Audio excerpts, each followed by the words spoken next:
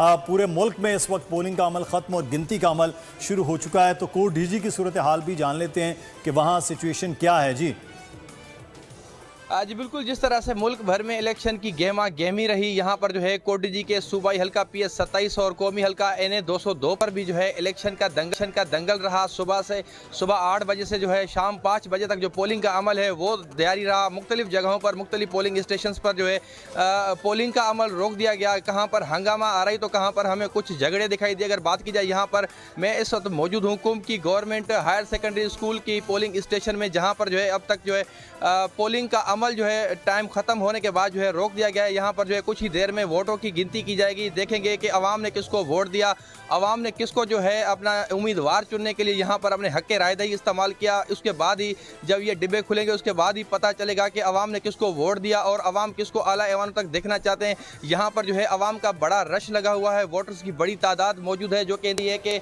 बहुत शुक्रिया। पूरे मुल्क में इस वक्त सूरत हाल जो है वो बड़ी मुख्तलिफ नज़र आ रही है कि वोट भी डालने के लिए लोग निकले हैं और अब इंतखाबात के नताइज का ऐलान 6 बजे किया जाएगा। मुल्क में उमूमी तौर पर देखा जाए तो पुरअमन इंतखाबात जो है वो नज़र आए हैं, चाहे बलूचिस्तान का इलाका जहाँ पर बहुत ज़्यादा टेंस माहौल था और ये कहा जा रहा था कि शायद ऐसी सिचुएशन नहीं, लेकिन एक दो वाक़यात के अलावा बाकी सूरत हाल भी बेहतर रही। इसी तरह खैबर पख्तूनख्वा, पंजाब, सिंध, तमाम सूबों में कौमी और सूबाई असम्बली के हलकों पर वोट डालने के लिए भी लोग निकले हैं और अब देखना है नताइज में किसकी पोजीशन कहां पर होती है।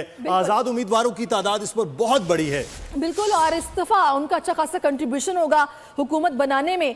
तो ये आज़ाद उम्मीदवार किस पार्टी को ज्वाइन करते हैं, बाद में क्या सूरत हाल बनती है, इसका भी जाहिर है इंतजार रहेगा। लेकिन अब मुद्दत सिर्फ तकरीबन पौना घंटा बाकी रह गया है, जिसके बाद सब लोग इस वक्त टेलीविजन स्क्रीन के सामने बैठ चुके होंगे कि नताइज जैसे आए तो हमें पता चले कि कौन से हल्के से कौन सा उम्मीदवार जीता है, किस जमात ने कितनी सीटें निकाली हैं। ये सबको इंतजार है इस बात का। तो आम इंतखाबात 2024 जो कि अपने अंजाम को अल्हम्दुलिल्लाह पहुंचे हैं, अब वोटिंग का अमल मुकम्मल हो चुका है और अब नताइज आने का सिलसिला 6 बजे शुरू हो जाएगा।